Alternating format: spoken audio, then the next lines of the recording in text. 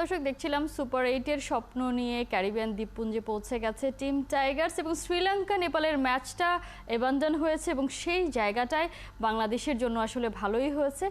কতটা আসলে আশা আছে নেদারল্যান্ডসের বিপক্ষে সে নিয়ে আলোচনা করতে চাই। আমাদের সাথে এই মুহূর্তে যুক্ত হচ্ছেন সাবেক ক্রিকেটার দেবব্রত পাল। দেবব্রত পাল, শুভ সকাল, স্বাগত ৭১-এর খেলাযোগে। বাংলাদেশ আসলে লাস্ট ম্যাচটার রেফারেন্সই টানতে হয়, কারণ খুব ক্লোজ করে ম্যাচটা জিতেছে। জিতলে হয়তো আমরা এখন বলেই ফেলতে পারতাম যে আজকের এই শ্রীলঙ্কার ম্যাচটা পরিত্যক্ত হওয়ার পরে যে বাংলাদেশ চলে যাচ্ছে সুপার 8-এ, সেক্ষেত্রে আসলে এখনও একটু শঙ্কা রয়ে গেছে। যদি আসলে বলতে চাই যে নেদারল্যান্ডসের বিপক্ষে বাংলাদেশের আসলে সব থেকে বেশি চ্যালেঞ্জটা কোথায়? না, ডেফিনেটলি আমাদের জন্য এই ম্যাচটাই কিন্তু ভেরি ইম্পর্টেন্ট। হ্যাঁ, এই ম্যাচটা যদি আমরা জিততে পারি তাহলে কিন্তু আজকের পর কিন্তু বলা যায় যে শ্রীলঙ্কা এবং নেপালের পর কিন্তু বলা যায় যে আমরা কিন্তু আসলে সুপার 8-এর দিকে খুব দৃঢ়ভাবেই কিন্তু এগিয়ে যাচ্ছি। সো আপনি যদি কাজেই এই জন্যই বলছি যে নেদারল্যান্ডের সঙ্গে ম্যাচটা কিন্তু খুবই ইম্পর্টেন্ট। আমার কাছে মনে হয় আপনি যেটা বলছেন যে নেদারল্যান্ডের ম্যাচে আমাদের উত্তরণের জায়গাগুলো কোথায়, আসলে this is the team game. আমাদের যেরকম প্র্যাকটিস ম্যাচ ছিল, প্র্যাকটিস ম্যাচে আমাদের যে পারফরমেন্স গুলো ছিল, তারপর ইউএস এর সঙ্গে আমাদের সিরিজ, ওর আগে জিম্বাবুয়ে সিরিজ, সবকিছু মিলিয়ে কিন্তু আমাদের ভেতর কিন্তু একটা অন্যরকম একটা ব্যাপার কিন্তু কাজ করছিল। সেই জায়গা থেকে ওয়ার্ল্ড কাপের শুরু থেকেই কিন্তু শ্রীলঙ্কার বিপক্ষে জয় এবং সাউথ আফ্রিকার বিপক্ষে আমরা যেভাবে হেরেছি সেটা আসলেই কখনো কখনো উচিত নয়। বাট বর্তমানে টিমের যে কম্বিনেশন রয়েছে, বর্তমানে যে অবস্থান রয়েছে, সেই জায়গা থেকে কিন্তু আমরা বলতে পারি যে আমরা কিন্তু, আমি এখনো বলবো নেদারল্যান্ড এগেনস্টে আমরা কিন্তু খুব ভালো ড্রাইভিং সিটে কিন্তু রয়েছে। আপনি যদি দেখেন যে আমরা যদি লাস্ট ম্যাচটা অ্যানালাইসিস করি, 1 2 3 4 যখন রান করবে না তখন কিন্তু আপনার জন্য 113 কেন 85-90 রানও কিন্তু আপনার জন্য চেস করা কিন্তু কঠিন হয়ে যাবে।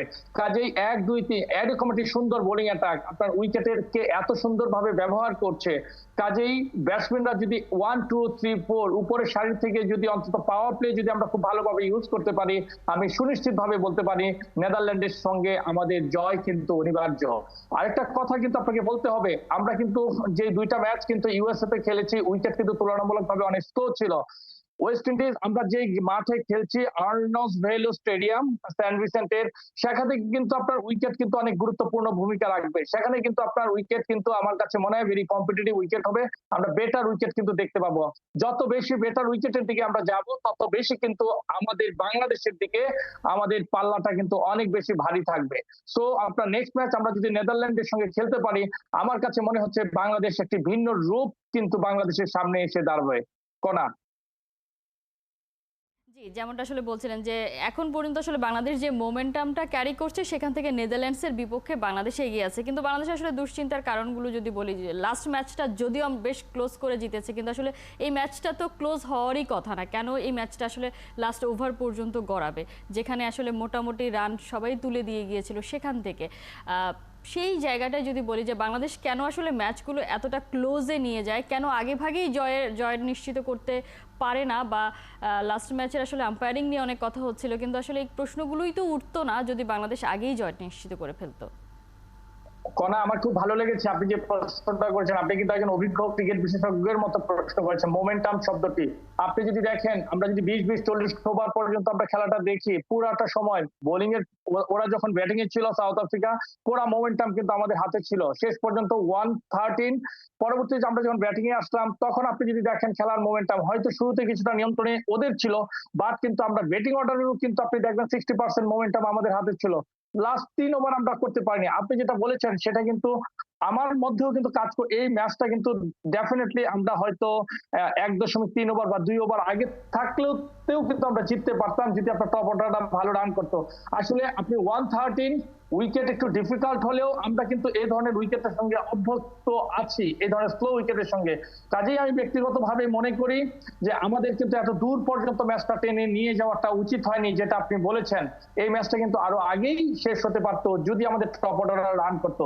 সো আমি বলতে চাই, আপনি দেখবেন আমাদের তৌহিদ হৃদয় কত অনেক পরিণত একজন ক্রিকেটার হয়েছে, কত বেশি পরিণত হয়েছে, মাঠে যেরকম পারফরমেন্স করছে, তদুপরি প্রেস কনফারেন্সে যেভাবে তৌহিদ হৃদয় কথা বলেছেন তা কিন্তু একজন ক্রিকেটারের জন্য অনেক বড় একটি ব্যাপার। নিজেকে যখন একটি প্রেস কনফারেন্সে নিজের উপর দায় সবটুকু নিয়েছেন এবং আমাদের উত্তরণের পথ কি হওয়া উচিত অত্যন্ত সুন্দরভাবে তৌহিদ হৃদয় কিন্তু বিশ্লেষণ করেছেন। সো কোনা, আমার কাছে মনে হয় আমরা যে অবস্থানে ছিলাম, আগামী নেক্সট ম্যাচ আমাদেরকে কিন্তু এটা জিততেই হবে। এবং আপনি যদি এই ম্যাচটাতে জিতেন, আমার কাছে মনে হয় বাংলাদেশ টিম যে অবস্থানে ছিল, আমরা যদি ব্যক্তিগত দুই একজনের পারফরমেন্স যদি আমরা একটু ওভারকাম করি, আপনি দেখবেন যে টিমটা কিন্তু খুব সুন্দরভাবে টিম হয়ে উঠতে পেরেছে। আমার কাছে মনে হয় আমরা যদি নেক্সট টিমটা জিততে পারি, বাংলাদেশ টিম একটি সুন্দর কম্বিনেশন সহ সুন্দর পরিপূর্ণ টিম হিসেবেই কিন্তু গড়ে উঠবে কোনা।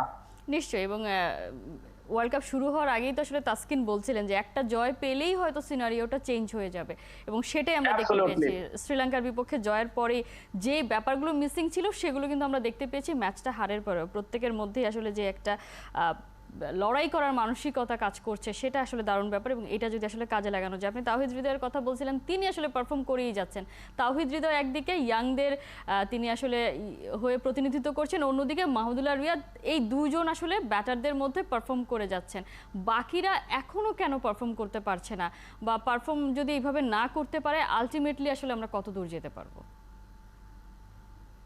আপনি দেখেন লিটন দাস কিন্তু প্রিভিয়াস ম্যাচে কিন্তু রান করছে, রান করার পর কিন্তু তার কনফিডেন্স লেভেল ডেফিনেটলি একটু উপরের দিকে কিন্তু এসেছে। আমরা ভেবেছিলাম এটা করবে। কাজে দেখেন আমাদের হাতে কিন্তু এখন আর কিন্তু বিকল্প নেই। আপনি যদি দেখেন উইকেট কিপিং সহ ব্যাটসম্যান, আমরা তো জানি যে ওদের ফর্মটা কিভাবে ছিল। কাজেই কোনা এখন কিন্তু তাদেরকে নিয়েই কিন্তু আমাদের যুদ্ধটা কিন্তু চালিয়ে যেতে হবে। কাজেই এখন তাদের কনফিডেন্স লেভেলটা আমরা যত বেশি গ্রো করবে তাদের মাঝে, ততই কিন্তু টিমে তারা সেটা আপনার ইমপ্লিমেন্ট করতে পারবে। কাজেই যেহেতু আমাদেরকে এই স্কোয়াড নিয়ে চালিয়ে যেতে হবে, এবং এই অফ ফর্মটা কিন্তু আজকে থেকে না, এই অফ ফর্মটা কিন্তু আরো আগে থেকেই ছিল। সো আমাদের হাতে বিকল্পও ছিল না সত্যিকার অর্থে যে আমরা কাউকে ব্লেম করতে পারি। কাজেই আমার মনে হয় যে আমরা যদি এই টিমটাই কিন্তু আমরা নিয়ে যাই এবং কনফিডেন্সটা গ্রো করতে পারি। নিউজিল্যান্ডের সঙ্গে ম্যাচটা আমি কেন বলি কোনা, জয়টা আজকে যদি আমরা সাউথ আফ্রিকার সাথে ম্যাচটা জিততে পারতাম কোনা, টিমটা কিন্তু অন্যরকম হয়ে যেত। আমি আপনাকে নিশ্চিত ভাবে বলতে পারি। এই যে আপনি বললেন যে একটা টিম একটা বিজয় পেলেই টিমের মোরালটা চেঞ্জ হয়ে যায়, এই ধরনের টিম কিন্তু তাই হয়। আপনি দেখবেন বাংলাদেশ টিম যখন অত্যন্ত একটি বাজে সিচুয়েশনে থাকে, তারপরেই কিন্তু একটি সুন্দর প্ল্যাটফর্মে এসে ইতপূর্বেও কিন্তু বাংলাদেশ টিম ঘুরে দাঁড়িয়েছে। আমার কাছে মনে হয় যে আগামী পরশুদিনের ম্যাচটা যদি আমাদের পক্ষে, আমি বলেছি যে ড্রাইভিং সিটে আমরাই, এবং আমরা যদি উইন করতে পারি, আমরা বিশ্বকাপে একটি অন্যরকম বাংলাদেশকে আমরা পেয়ে যাব বলে আমি মনে করি। নিশ্চয়ই, অন্যরকম তো বটেই। জিতে গেলে যদি আমরা দ্বিতীয় রাউন্ডে যেতে পারি, সেটা তো আসলে কখনোই হয়নি এখনো পর্যন্ত। 2007 সাল থেকে টি20 ওয়ার্ল্ড কাপ চলছে, কিন্তু আমরা পরের রাউন্ডে কোয়ালিফাই করতে পারিনি সেই জায়গাটা থেকে। যদি আসলে একটু দেখি যে গেল ম্যাচটাতে সৌম্য সরকারকে অফ করা হয়েছে, জাকির আলী অনেককে আনা হয়েছে, যদিও দুজনের পজিশন ভিন্ন, কিন্তু আসলে আনতে হয়েছে। যেটা আসলে আপনি বারবার করেই বলছিলেন যে আমাদের হাতে অপশন নেই, যে লাইক টু লাইক রিপ্লেসমেন্টের তো সেই অপশন আমাদের হাতে নেই। জাকির আলী অনেককে কেমন দেখলেন? তাকে কি আসলে নেদারল্যান্ডসের বিপক্ষে খেলানো হবে, নাকি আবার চেঞ্জ হবে একাদশ?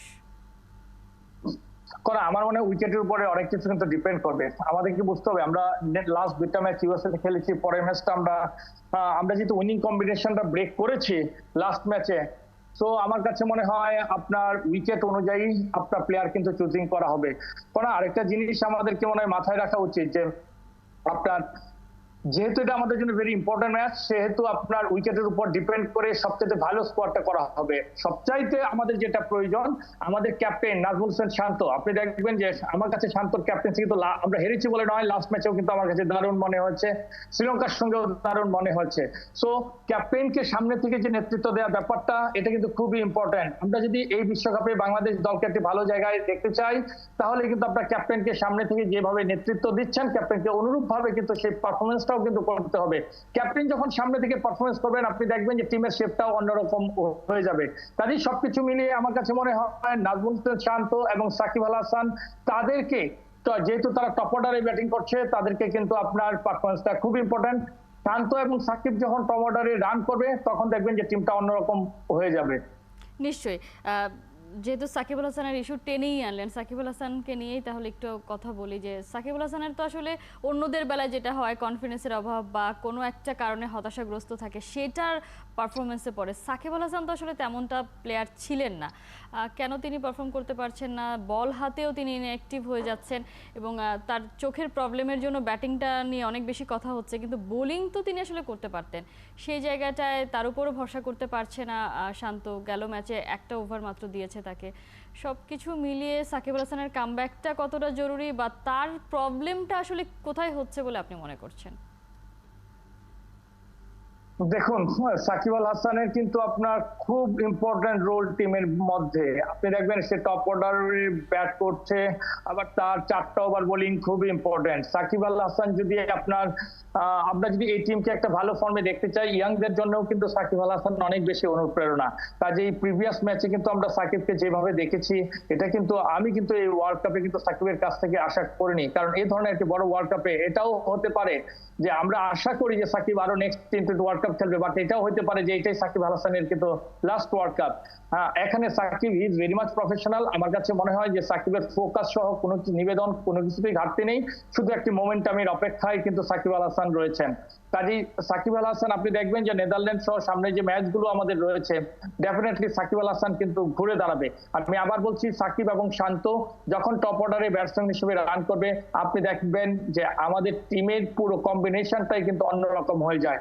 কাজেই সাকিবকে পারফরমেন্স সামনে থেকে নেতৃত্ব দেওয়া যেমন প্রয়োজন, আপনার অনুরূপ ভাবে শান্তকেও কিন্তু আপনার রানে ফিরে আসতে হবে।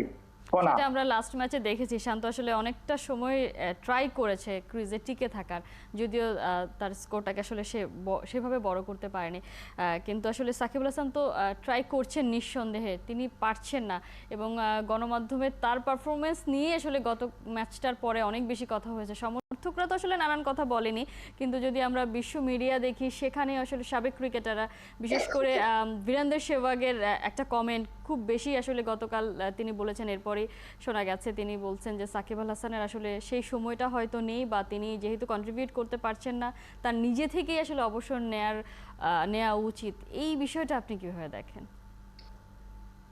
আসলে সাকিব কিন্তু অনেক বেশি পরিণত। বীরেন্দ্র সেহবাগ যেটা বলেছেন, এটা তার ব্যক্তিগত অপিনিয়ন বলেছেন, বাট আমার কাছে মনে হয় সাকিব আল হাসান তার অবস্থানটা খুব ভালোভাবেই অবগত আছেন। 3টা ফরম্যাট কিন্তু এখন এই সময়ে এসে কিন্তু আসলেই কিন্তু কঠিন হয়ে যায়। সেই দৃষ্টিকোণ থেকে হয়তো বীরেন্দ্র সেহবাগ সেই কমেন্টসটা করেছেন। বাট আমার মনে হয় যে সাকিব আল হাসান এই ওয়ার্ল্ড কাপের পর তার নিজের অবস্থান কিন্তু বুঝতে পারবে। কাজে আর এই ওয়ার্ল্ড কাপে আমরা যেখানে কারোরই বিকল্প পাচ্ছি না, আপনি দেখেন সৌম্য সরকার অনেক অফ ফর্মে ছিল, খুব ভালো যে ফর্মে ছিল তাও না, সৌম্য সরকারকে টিমে ইনক্লুড হয়েছে। সো আর সাকিব আল হাসান তো দলের জন্য কিন্তু আপনার অটোমেটিক চয়েস ছিল। কাজেই আমাদেরকে আশা করতে হবে যে সাকিব আল হাসান এই ওয়ার্ল্ড কাপে আরো সুন্দরভাবে ব্যাক করবে, এবং ওয়ার্ল্ড কাপের পর আসলে আমরা এইগুলো নিয়ে কিন্তু আসলে ভাবার অবকাশ রয়েছে। এখন যেহেতু ওয়ার্ল্ড কাপ চলছে, আমার মনে হয় যে ফোকাসটা আমরা অন্য দিকে আবার না নিয়ে যাই।